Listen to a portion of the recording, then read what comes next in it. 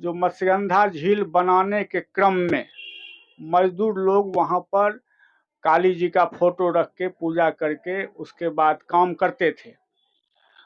तो काली जी को जल फूल जब चढ़ाया गया कुछ दिन तक, तो डीएम भगवती की प्रेरणा हुई और डीएम साहब टी.एन. लाल दास थे, वो यहाँ पर आम सभा बैठक बुलाए। यहाँ पोस्टमार्टम रूम था, पोस्टमार्टम रूम को हॉस्पिटल में वो दे आए और यहाँ पर भव्य मंदिर तैयार किए। एठिना रहे पोस्ट मास्टर घर रहे, ओकरा तोड़ के हमरा आर के हटेलिए। आ ओठिना जे छे से माँ काली के जे छे से मंदिर विशाल बनले। कितना पोस्ट एठिना कम से कम तो प्रत्येक दिना जे छे से 25टा 30टा लाश डेली आवे रहे। पोस्टमार्टम होकर के लाश को किधर फेंका जाता था या दफनाया जाता था? यही मत्स्यगंधा झील में। सब कुछ आप लोग जानते हैं। हाँ, पोस्टमार्टम हुआ करते थे। यहाँ का जो है लाश जो है उठा के मत्स्यगंधा झील में दिया जाता था, और जब वो मत्स्यगंधा साफ होने लगा तो 7 ट्रैक्टर मूड़ा जो है। नमस्कार, आप देख रहे हैं नेटवर्क बिहार। मैं हूँ आपके साथ अमन कुमार।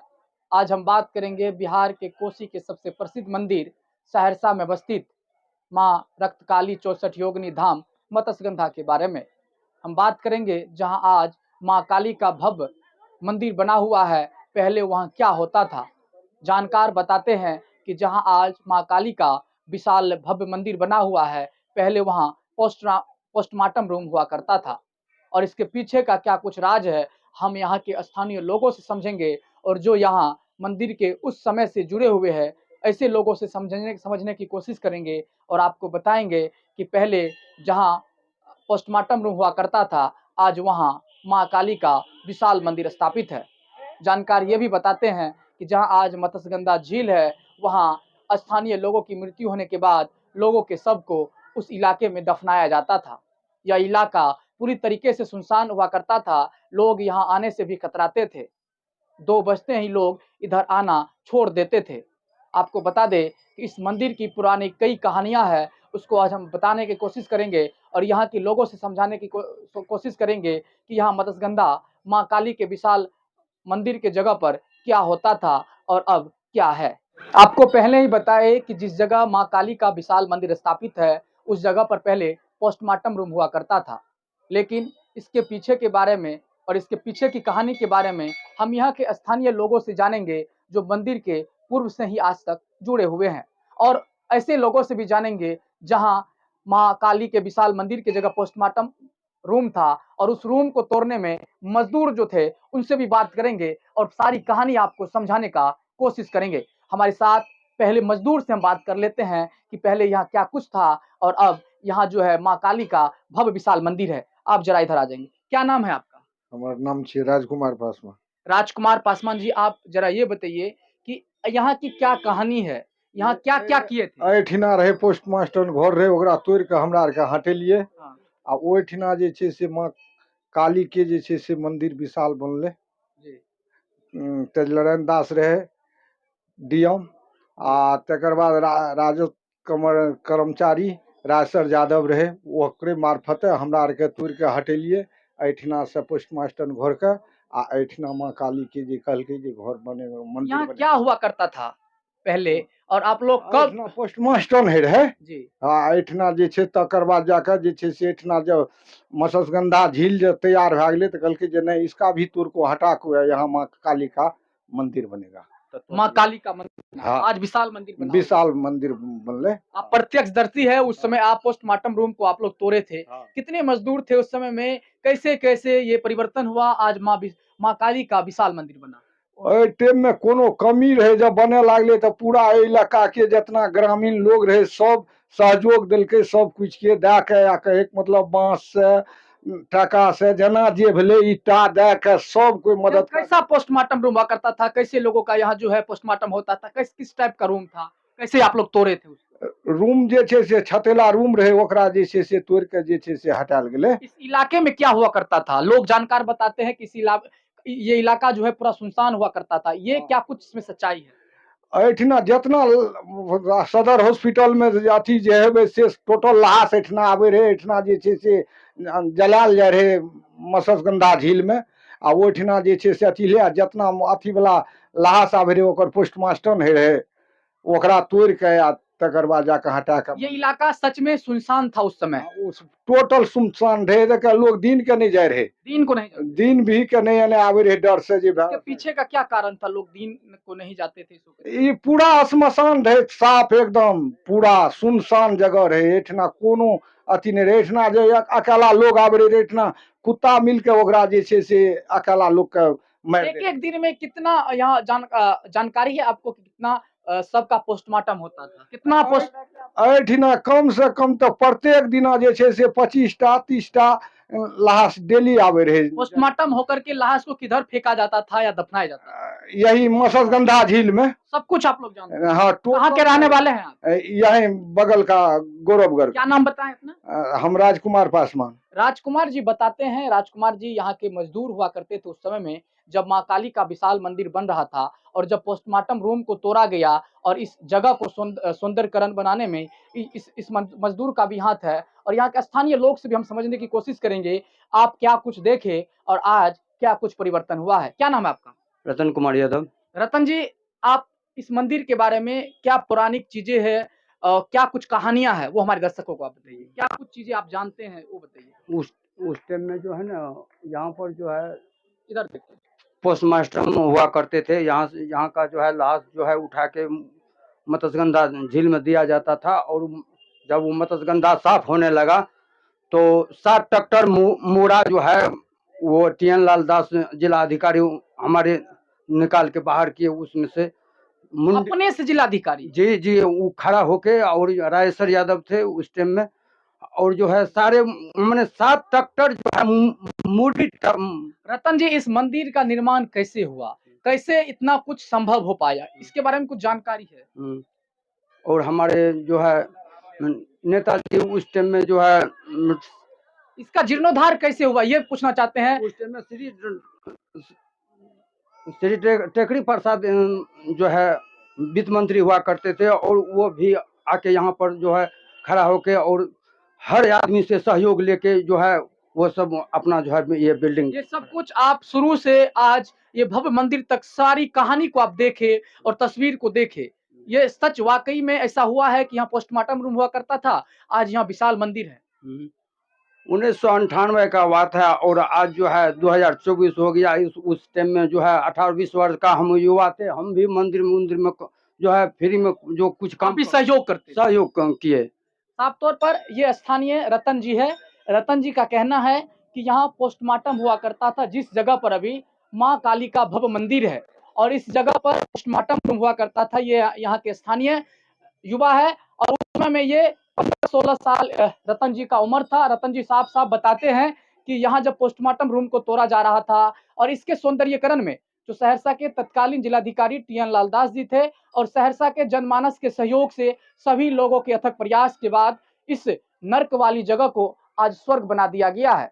आपको बता दें कि इस जगह कोसी सीमांचल समेत बिहार के कोने कोने से लोग मत्स्यगंधा मंदिर आते हैं और माँ काली के पूजा अर्चना के साथ साथ 64 योगिनी जो प्रतिमा है उसका पूजा अर्चना करते हैं। आपको बता दें कि माँ काली के मंदिर के पीछे मत्स्यगंधा झील नाम से मत्स्यगंधा झील है, और उस झील के चलते माँ काली के मंदिर का सौंदर्यीकरण और माँ काली के मंदिर में 4 चांद लग जाता है।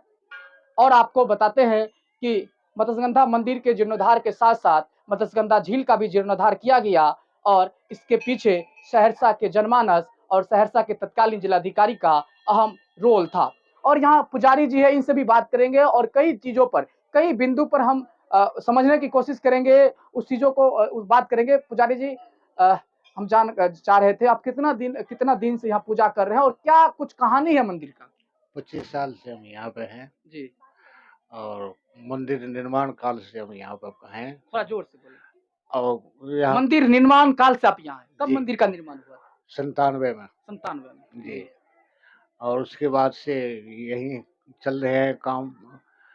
यहाँ पोस्ट मॉडर्न घर था, उसमें तोड़ ताड़ के यहाँ पोस्टमार्टम घर दिए। उसी पोस्ट मॉडर्न बेड पे महारानी खड़ा है, काली महारानी। वहाँ मंदिर जहाँ पोस्टमार्टम रूम था वहाँ आज मंदिर माँ काली का भव्य मंदिर स्थापित है। भव्य मंदिर स्थापित है। और उसके माँ मत्स्यगंधा झील के बारे में क्या कुछ कहानी है? मत्स्यगंधा झील में क्या कुछ होता था? ये इलाका किस टाइप कैसा था? यहाँ पे सुनसान जगह था, यहाँ पर कोई दिन में नहीं आता था, कोई नहीं आता था। कोई नहीं, सुनसान जगह था। क्या नाम है आपका? हमारा उपेंद्र शर्मा। पंडित जी उपेंद्र शर्मा बताते हैं कि दिन के समय में भी यहाँ लोग नहीं आते थे। आज यहाँ हजारों श्रद्धालु, हजारों युवा नौजवान माता बहनें यहाँ पूजा करने के लिए कोसी समेत बिहार के कोने कोने से पहुँचते हैं और माँ काली की पूजा अर्चना के साथ साथ मत्स्यगंधा झील में नौका विहार का आनंद लेते हैं।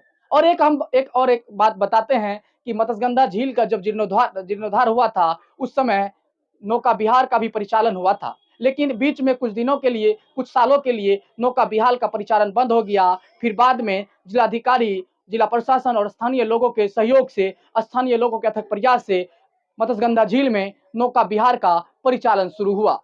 नौका विहार करने के लिए लोग बिहार के कोने कोने से, कोसी सीमांचल के कोने कोने के गांव से लोग आज पहुंचते हैं और भारी संख्या में पर्यटक पहुंचते हैं और नौका विहार के साथ साथ जो है मत्स्यगंधा माँ काली के पूजा अर्चना करने के लिए दूर दूर से आते हैं। मत्स्यगंधा मंदिर के हम कैंपस में हैं और ये ठीक मेरे पीछे ये गुंबद देख रहे हैं। इस गुंबद में 64 देवी देवताओं का मूर्ति लगा हुआ है और आपको बता दे, इसलिए इस मंदिर का नाम रक्त काली 64 योगिनी धाम पड़ा। और एक बात बता दूं, इस मंदिर में सभी देवी देवताओं का अलग अलग पूजा का घर बनाया गया है और मंदिर स्थापित की गई है। इधर साफ तौर पर दाहिने सार आप तस्वीर दिखाएंगे, इधर ऊपर में जो है बीना बना हुआ है और बीना के नीचे माँ सरस्वती का जो है प्रतिमा स्थापित की गई है। इधर राधा कृष्ण का प्रतिमा स्थापित किया गया है।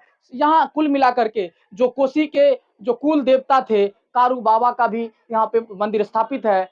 क्या लक्ष्मीनाथ गोसाई महाराज का भी यहाँ मंदिर प्रतिमा स्थापित है और सभी देवी देवताओं का पूजा मत्स्यगंधा मंदिर के कैंपस में होता है। इसलिए तो मत्स्यगंधा मंदिर का नाम बिहार के कोने कोने में लोग जानते हैं और ये कोसी का सबसे प्रसिद्ध और सबसे सुंदर मंदिर के रूप में पूरे बिहार में जाने जाते हैं। जी हाँ, एक और बात जानकारी के लिए बता दूं कि माँ बाबा कारू के मंदिर के स्थापना के बाद जिलाधिकारी के द्वारा जो है इसी कैंपस के बगल में कारू खिरहरी संग्रहालय बनाया गया, जिस संग्रहालय में यदि किसी भी जिला में किसी भी तरह के जो कुछ मूर्तियां मिलती थी या यहाँ के जो सबसे अच्छे चीज को उस संग्रहालय में दिखाया जाता था। ये रक्तकाली 64 योगिनी धाम मंदिर की खूबसूरती है, जो जहाँ लोग दूर दूर से और बिहार के कोने कोने से पूजा करने के लिए पहुंचते हैं। लोगों का आस्था, लोगों का विश्वास इस मंदिर से जुड़ा हुआ है, जहाँ लोग आज भारी संख्या में प्रत्येक दिन यहाँ हजारों की संख्या में श्रद्धालु पूजा करने के लिए पहुंचते हैं, मन्नतें मांगते हैं। और पुजारी मौजूद है, इनसे भी बात करेंगे और पूरी कहानी के बारे में समझने का कोशिश करेंगे। क्या नाम है आपका? रंजित कुमार मिश्र। रंजीत कुमार मिश्र जी, आप पुजारी है यहाँ के और इस मंदिर के पौराणिक चीजों के बारे में और उस मंदिर की शुरू से लेकर और आज तक की कहानी के बारे में क्या कुछ जानते हैं? ये जगह पहले श्मशान था। पीछे में आपको झील है, मत्स्यगंधा झील। जो मत्स्यगंधा झील बनाने के क्रम में मजदूर लोग वहाँ पर काली जी का फोटो रख के पूजा करके उसके बाद काम करते थे। तो काली जी को जल फूल जब चढ़ाया गया कुछ दिन तक, तो डीएम भगवती की प्रेरणा हुई और डीएम साहब टी.एन. लाल दास थे, वो यहाँ पर आम सभा बैठक बुलाए। यहाँ पोस्टमार्टम रूम था, पोस्टमार्टम रूम को हॉस्पिटल में वो दे आए और यहाँ पर भव्य मंदिर तैयार किए। 1900 कहाँ पोस्टमार्टम रूम था सर? जो भगवती का अभी सिंहासन है वो पोस्टमार्टम बेड है, भगवती का सिंहासन। पोस्टमार्टम बेड था वो। ये सच्ची कहानी है? हाँ, यही है। और क्या कुछ आपको मालूम है इस जगह के बारे में? और यहाँ कई मंदिर स्थापित है, 64 योगिनी कल्याणी मंदिर भी है यहाँ पे, 64 देवी देवता का। इसके पीछे का क्या कुछ राज है, क्या कुछ कहानी? यहाँ पर आपको 14 दिसंबर 1997 को इस मकान का मेन मुख्य मंदिर का शिलान्यास हुआ और 3 मई 1998 को यहाँ पर निरंजनानंद सरस्वती द्वारा इनका प्राण प्रतिष्ठा हुआ। और विद्वान लोगों के मत से वो लोग सलाह दिए डीएम साहब को, जो काली जी के सन्मुख में भैरव रहना चाहिए और 64 स्वरूप भगवती का है, वो रहना चाहिए। जो देवी देवता है 64 देवी हाँ, देवता।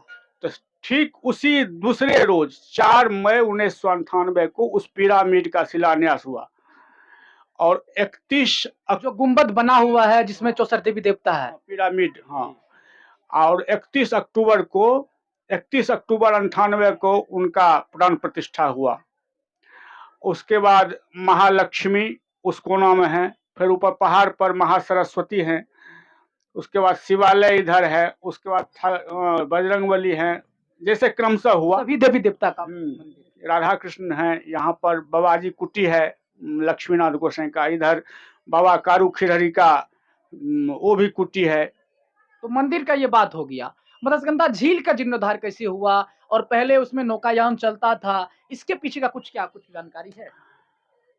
1996 ईस्वी में पर्यटन विभाग द्वारा डीएम साहब को पर्यटक स्थल सहरसा में कहीं हो, ये उनको आया, जो यहाँ पर पर्यटक स्थल एक ठो बनाया। पंडित जी, हम ये समझने की कोशिश करेंगे, पहले मत्स्यगंधा मंदिर का जीर्णोद्धार हुआ, फिर उसके बाद नहीं, पहले झील बना और झील बनाने के क्रम में जो काली जी का फोटो मजदूर लोग रख के पूजा करते थे, और उसके बाद उसी से प्रेरणा हुई, उसी फोटो के पहले झील बना और झील बनाने क्रम में मजदूर लोग वहां पर काली जी का फोटो रख के जल फूल चढ़ा के काम करते थे।